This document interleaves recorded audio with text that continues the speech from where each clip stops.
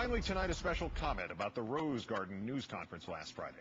The President of the United States owes this country an apology. It will not be offered, of course. He does not realize its necessity.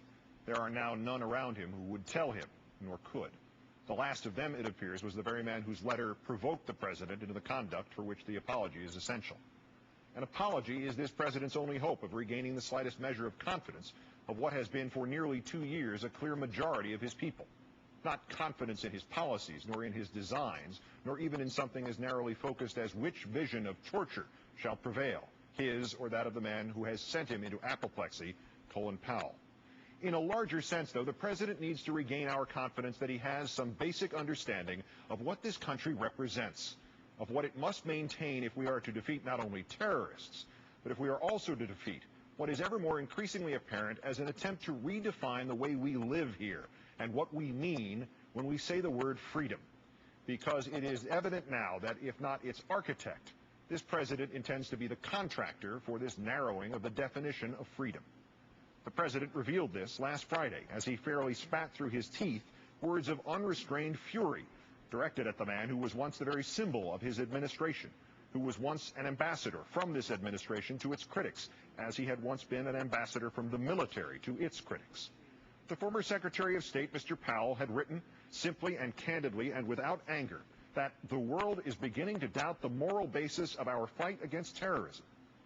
This President's response included not merely what is apparently the presidential equivalent of threatening to hold one's breath, but within it contained one particularly chilling phrase. Mr. President, former Secretary of State Colin Powell says the world is beginning to doubt the moral basis of our fight against terrorism. If a former chairman of the Joint Chiefs of Staff and former Secretary of State feels this way, don't you think that Americans and the rest of the world are beginning to wonder whether you're following a flawed strategy?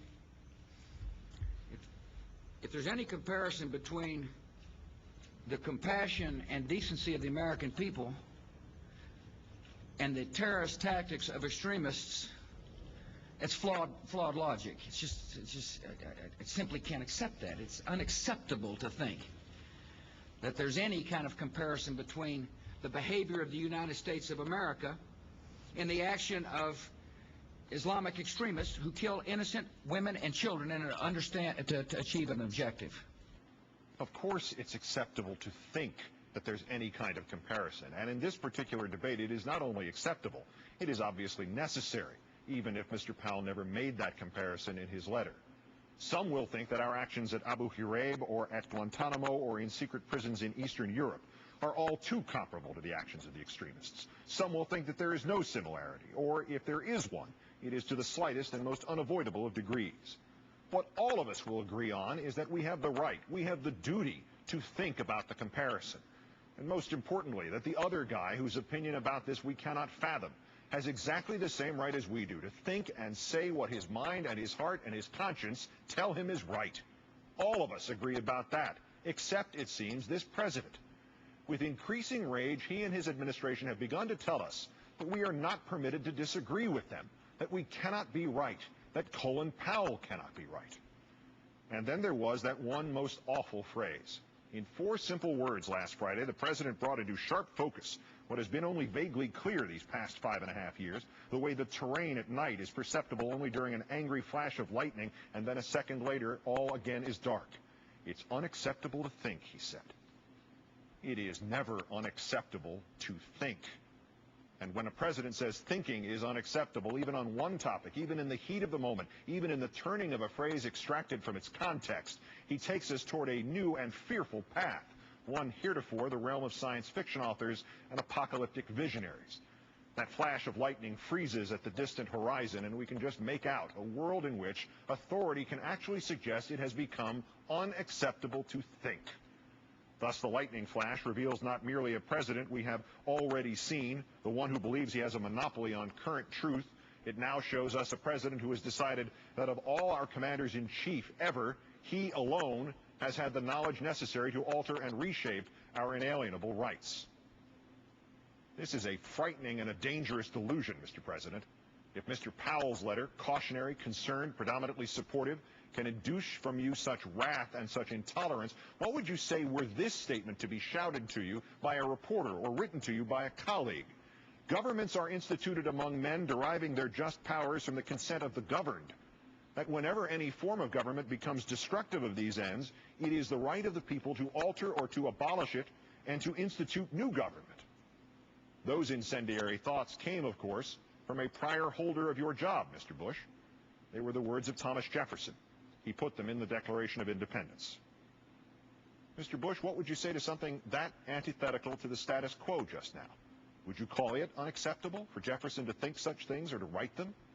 Between your confidence in your infallibility, sir, and your demonizing of dissent, and now these rages better suited to a thwarted 3-year-old, you have left the unnerving sense of a White House coming unglued, a chilling suspicion that perhaps we have not seen the peak of the anger, that we can no longer forecast what next will be said to or about anyone who disagrees, or what will next be done to them. On this newscast last Friday, constitutional law professor Jonathan Turley of George Washington University suggested that at some point in the near future, some of the detainees transferred from secret CIA cells to Guantanamo will finally get to tell the Red Cross that they have indeed been tortured. Thus, the debate over the Geneva Conventions might not be about further interrogations of detainees, but about those already conducted and the possible liability of the administration for them. That certainly could explain Mr. Bush's fury, but that, at this point, is speculative. At least, though, it would provide an alternative possibility as to why the president's words were at such variance from the entire history of this country. For there needs to be some other explanation, Mr. Bush, than that you truly believe we should live in a United States of America in which a thought is unacceptable.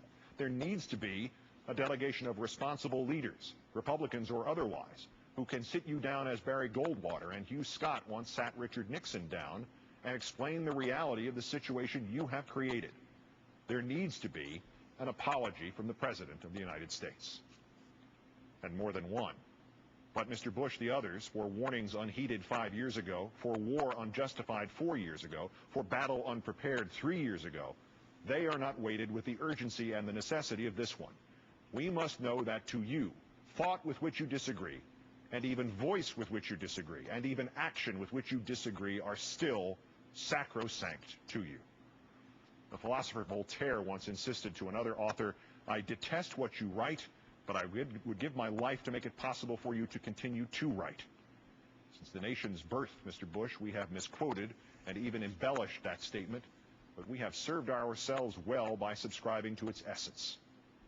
Oddly, there are other words of Voltaire's that are more pertinent still just now. "Think for yourselves," he wrote, "and let others enjoy the privilege to do so too." Apologize, sir, for even hinting at an America where a few have that privilege to think, and the rest of us wind up getting yelled at by the president. Anything else, Mr. Bush, is truly unacceptable. I'm Keith Olbermann.